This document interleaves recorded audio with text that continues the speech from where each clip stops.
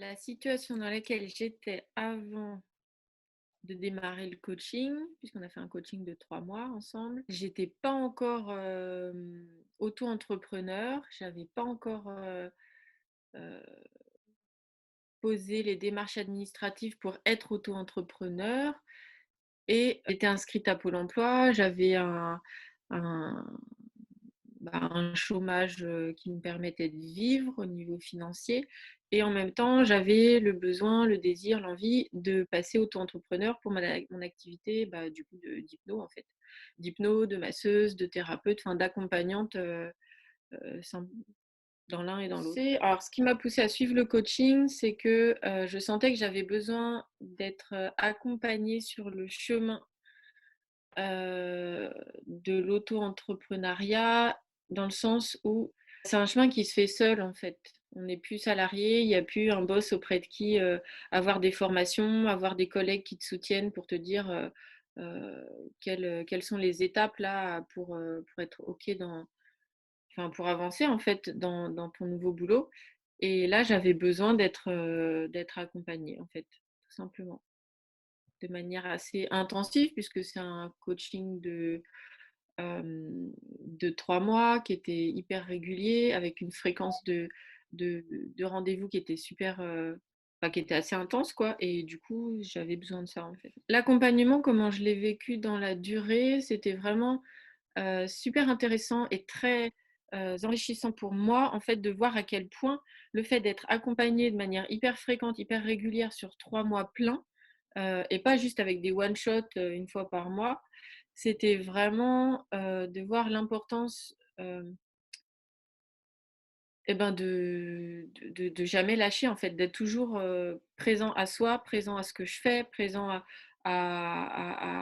au travail qui s'effectuait entre Eric et moi, et du coup, c'était c'était comme une nouvelle prise de conscience de: «Waouh, OK, je ressens que vraiment de pas lâcher l'affaire tout le temps non-stop, c'est ça la clé». Enfin, c'est une des clés d'être, pour pouvoir, mener à bien mon auto-entreprise, en fait. Ce que j'ai préféré dans la collaboration avec Eric, du coup, c'est, son écoute, sa capacité d'entendre, j'allais dire mes zones d'ombre, mais ce que j'osais pas forcément expliquer ou exprimer à d'autres, heu, que ce soit des amis proches qui peuvent me soutenir pour autant dans mon accompagnement de maman, de femme qui monte son auto-entreprise, à qui, OK, je leur confie des trucs mais dans le cadre du coaching, d'allier les 2 de la part, la femme qui entreprend et la femme qui a, à ses côtés, ses problèmes à côté, ces trucs qui inévitablement rentrent dans le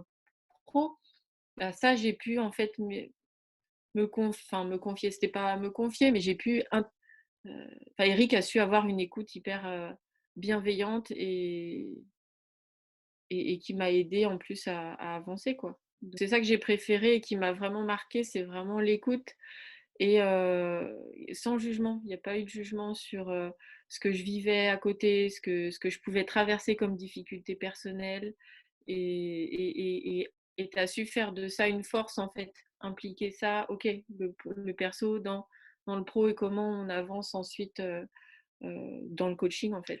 Parce que je conseillerais à des personnes qui sont dans une situation où elles démarrent un elles se lancent dans l'aventure de l'entrepreneuriat, c'est vraiment de pas rester seule. Vraiment de C'est un des gros, soucis alors on a cette image, je dis «on» parce que je pense que beaucoup d'auto-entrepreneurs quand ils se lancent ont cette image avec le petit dessin d'un petit bonhomme qui part et sur son chemin, il y a, les amis qui vont, lui casser du sucre sur le dos ou du moins lui mettre des barrières, la famille qui a ses croyances, qui va dire, «Non mais si tu fais ça, ça va pas le faire». Mais on se rend pas compte à quel point c'est une montagne, énorme, en fait. On ne se rend pas compte à quel point, tant qu'on l'a pas vécu, tant qu'on l'a pas traversé, l'aventure de l'auto-entreprise est intense. C'est un Everest, le truc, et on se rend pas compte à quel point, surtout quand on a fait du salariat. Moi, j'étais dans le salariat avant et je me rendais pas compte à quel point c'est un parcours du combattant, quoi. Mais c'est vraiment donc d'avoir des personnes de confiance, des référents à qui on peut, heu, exposer nos problématiques au quotidien, parce que c'était quasiment quotidien, c'était 1 fois par semaine, c'est l'accompagnement. mais c'est primordial, en fait. Enfin, c'est essentiel, enfin, c'est vital même. Là, avec le recul que j'ai aujourd'hui et les études que j'ai retrouvées récemment sur le risque de suicide des entrepreneurs et des patrons de petites entreprises, mais ça devrait même faire partie du plan, du business plan, quoi, que d'avoir un coach attribué à un début d'auto-entreprise, quoi. Ça fait partie des plans dans d'autres pays, mais enfin, c'est une évidence, quoi. C'est une évidence. Donc, être accompagné, prévoir ça dans ses finances, parce que la santé mentale, psychique et émotionnelle, elle est en jeu quand même dans ce parcours du combattant. Et c'est primordial, c'est vraiment primordial. Enfin, le mot vital, il n'est pas de trop, en fait, quand je le dis. Donc, il est vraiment.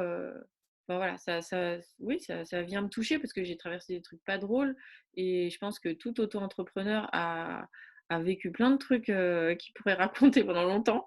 Et ouais, c'est primordial de se faire accompagner. C'est vital, quoi. Enfin, je ne vois pas d'autre chose. Il y a un accompagnement comme celui que j'ai vécu avec Eric.